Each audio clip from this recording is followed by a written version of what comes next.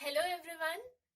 In our last video, we discussed about heat exchanger and log mean temperature difference. I hope you have understood that concept and you have practiced questions on that. If you have any doubts, you can obviously send me those doubts. I'll solve your queries. In the last video, I said that in the next video, I'll be discussing about moisture content. Being a food technologist, you obviously know that moisture is a very important factor which every food technologist must know. Moisture basically होता क्या है, पहले ये समझेंगे, लेकिन उससे पहले आपको ये बताना जरूरी है कि मॉइस्चर कंटेंट के ऊपर आपको गेट एग्जाम में एक न्यूमेरिकल तो हमेशा मिलेगा, कंपल्शन है कि एग्जाम में आएगा ही आएगा. तो मॉइस्चर को समझते हैं ना. What is moisture? Moisture is basically the amount of water present in the sample. The amount of water present in the sample is basically moisture.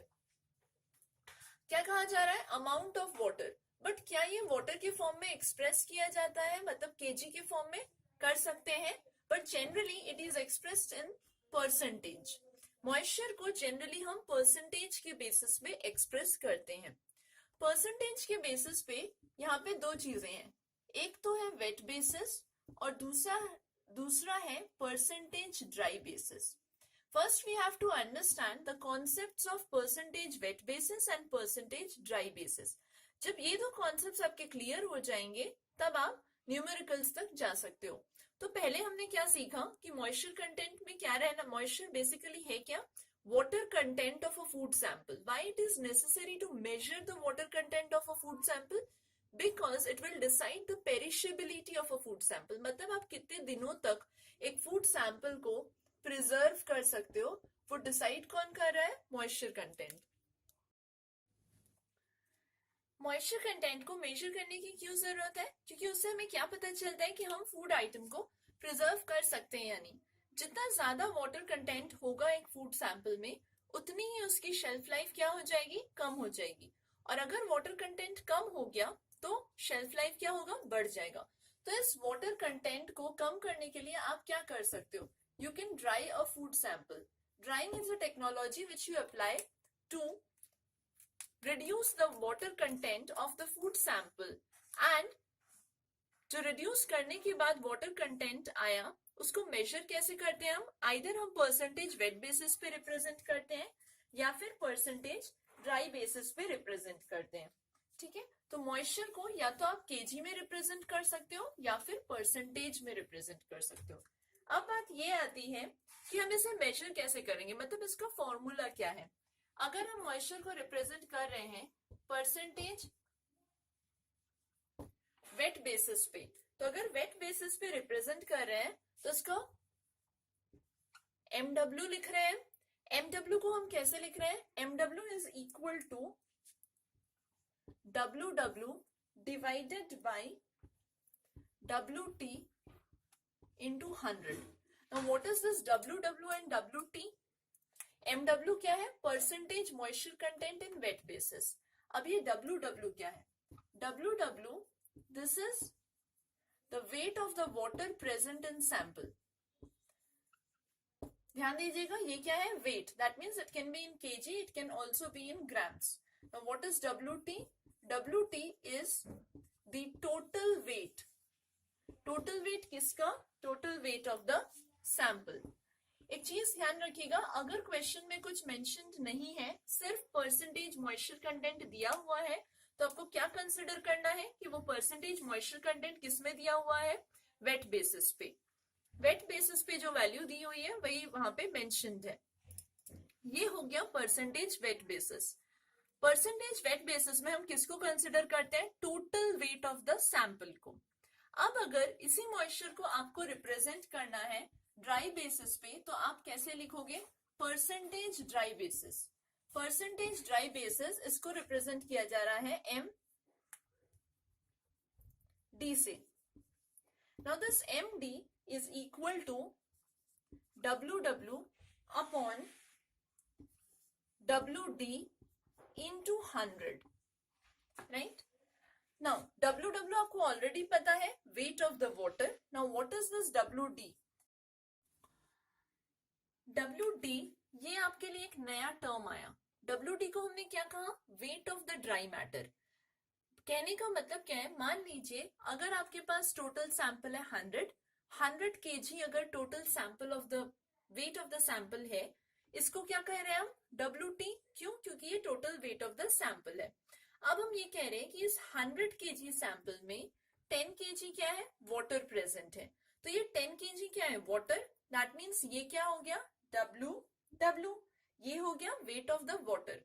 तो अगर एक सैंपल टोटल 100 केजी का है, उसमें अगर 10 केजी वाटर है, तो रिमेनिंग क्या है? सॉलिड। दैट मीन्स अगर आप 100 माइनस 10 करते हो तो वैल्यू क्या आएगा? 90 केजी। ये 90 केजी है क्या? Wait of the solid present in the sample. यही है आपका WD।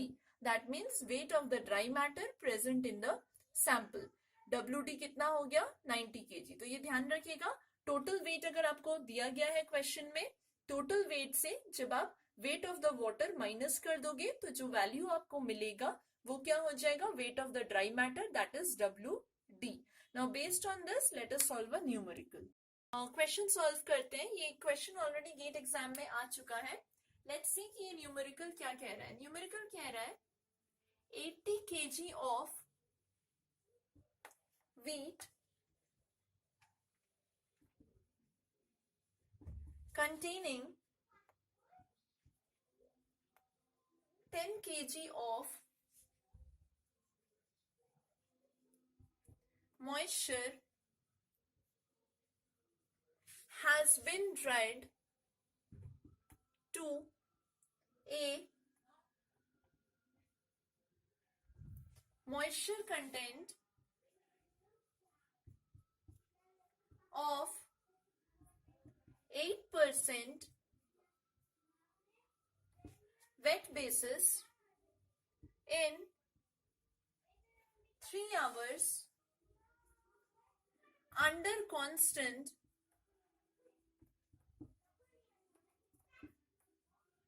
rate period of drying. The drying rate in kg per hour is dash. Look at the question. यहाँ पे इस डैश बोल दिया गया है, मतलब इस क्वेश्चन के लिए आपको ऑप्शंस नहीं दिए जाएंगे, आपको सॉल्व करके इसमें आंसर पुट इन करना है। दैट मीन्स इस क्वेश्चन के लिए नेगेटिव मार्किंग नहीं है। अब क्वेश्चन क्या कह रहा है? Total weight of the sample कितना दिया हुआ है? 80 kg. There is 80 kg of wheat. This 80 kg of wheat contains 10 kg of moisture, मतलब मॉइस्चर का वैल्यू यहाँ पे 10 केजी इनिशियली दिया हुआ है। ये केजी में दिया हुआ है, परसेंटेज में नहीं। अब अगर आप इस सैंपल को ड्राई कर रहे हो तो फाइनल मॉइस्चर कंटेंट कितना आ रहा है? 8%। ये 8% किस में दिया हुआ है? वेट बेसिस पे। फाइनल मॉइस्चर कंटेंट परसेंटेज में दिया हुआ है, इसका वैल्यू केजी में आपको निकालना है। ड्राइंग कितने देर तक आपने की? 3 आवर्स तक under constant rate period of drawing. क्या निकालना है? Drawing rate. Look at the unit. Unit कितना दिया हुआ है? KG per hour. That means कितना अमाउंट ऑफ वाटर रिमूव हुआ divided by time. So let us solve the question. पहले हमें क्या पता है? Initial wait of the sample. Initial weight of sample. Initial weight of sample हमारा कितना था? 80 केजी। ये क्वेश्चन में दिया गया है, तो ये क्या है? Total wait. तो इसको क्या कंसिडर कर रहे हैं हम? WT1। नेक्स्ट हमें क्या पता है कि जब सैंपल का वेट 80 केजी था तब सैंपल में वाटर कितना था? तो initial weight of water present in the sample that is 10 KG. इसको हम क्या कंसिडर कर रहे हैं? W1। तो अगर हमें सैंपल का वेट पता है, वाटर का वेट पता है, तो ऑब्वियसली सैंपल में सॉलिड कितना है वो पता होगा। तो WD that is the dry weight of solid present in the sample that is equal to how much? 80 minus 10 that is equal to 70 kg। तो यहाँ पे समझने वाली बात ये है कि हम ड्राइंग कर रहे हैं। ड्राइंग अगर करेंगे तो क्या होगा? वाटर रिमूव होगा। वाटर कहाँ से रिमूव होगा? इस 10 kg से रिमूव होगा। दैट मीन्स जो भी चेंजेस आएंगे वो किस में आएंगे? वाटर के वैल्यू में आएंगे। ये जो 70 kg है ये क्या है? सॉलिड। ये तो चेंज नहीं होगा, एज इट इज रहेगा, राइट। अब क्वेश्चन में दूसरी एक चीज बताई गई है, वो क्या बताया गया है कि ड्राई करने के बाद जो फाइनल मॉइस्चर कंटेंट आया वो कितना आया, 8%, और वो किस में दिया हुआ है, वेट बेसिस पे। तो फाइनल मॉइस्चर कंटेंट ये दिया हुआ है वेट बेसिस पे, और परसेंटेज में इसका वैल्यू दिया गया है 8%, राइट। तो हमें क्या समझ में आया कि हमें वेट बेसिस का फॉर्मूला अप्लाई करना है। वेट बेसिस का अगर आप फॉर्मूला अप्लाई करते हो तो व्हाट डज दैट फॉर्मूला से, फॉर्मूला अप्लाई करने के लिए आपको काफी सारी वैल्यूज की भी जरूरत पड़ेगी। पहले फॉर्मूला लिखते हैं। वेट बेसिस का फॉर्मूला क्या कह रहा था कि percentage moisture content in wet basis that is MW is equal to WW, that is the weight of the water, divided by the weight of the total sample WT into 100। अब हमें final condition के बारे में बात करनी है। तो final condition में जब मॉइस्चर कंटेंट निकालेंगे तब उसे कंसिडर करते हैं MW2। ड्राई होने के बाद सैंपल में वेट ऑफ द वाटर कितना था, WW2, और total weight of the sample जो है ड्राई कंडीशन के बाद वो हो जाएगा WT2 इनटू क्या है, 100। तो WW2 क्या है, final weight of water present in the sample, मतलब आफ्टर ड्राइंग सैंपल में वाटर कितना था, और WT2 क्या है, total weight of sample after drawing, dry करने के बाद सैंपल का वेट कितना हुआ after drawing, right. Now WW2 ये हमें निकालना है, क्वेश्चन में नहीं प्रोवाइड किया गया है। लेकिन WT2 क्या ये प्रोवाइड किया गया है, डायरेक्टली नहीं, पर इसका आप वैल्यू निकाल सकते हो। कैसे, total weight of the sample क्या होगा, wait of the solid plus wait of the water present in the sample. Wait of the solid कितना है, 70, ये तो अनचेंज्ड रहेगा, प्लस क्या हो जाएगा, weight of water that is WW2, ये दोनों मिला के हो गया आपका WT2। अब इस फॉर्मूला में पुट करते हैं। फॉर्मूला के अकॉर्डिंगली MW2 उसका वैल्यू क्वेश्चन में दिया हुआ था 8%, that is equal to WW2 जो हमें नहीं पता, divided by 70 plus WW2 into 100। If you solve this, 8 into क्या हो जाएगा, 8 into 70 plus WW2, this will be equal to 100 WW2। इसे अगर आप सॉल्व करोगे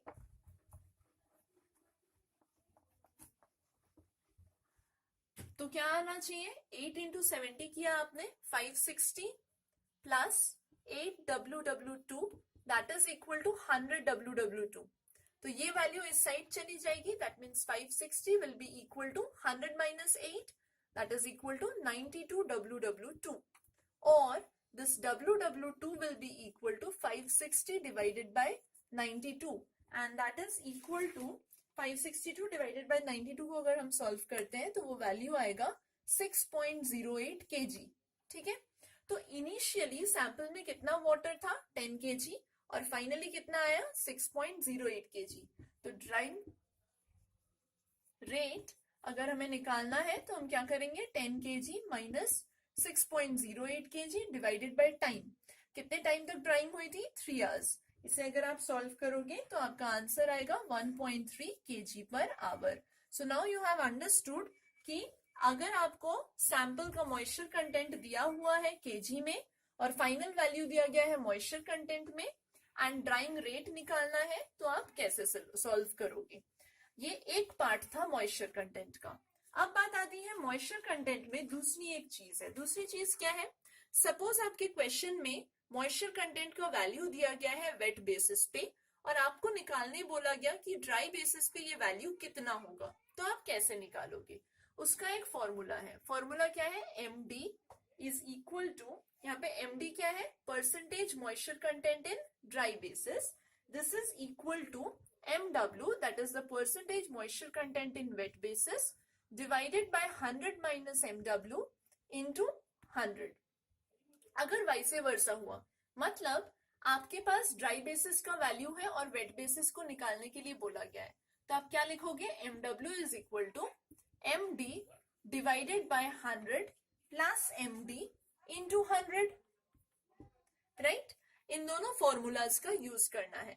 प्रीवियस जो आपने क्वेश्चन सॉल्व किया, I hope you have understood that. Now ये जो दो फॉर्मूलाज हैं, इन पे हम क्वेश्चन सॉल्व करके देखेंगे। ये जो क्वेश्चन है ये भी आपके गेट एग्जाम में आ चुका है 2018 के पेपर में। लेट्स सी कि ये क्वेश्चन क्या कहता है। Question says the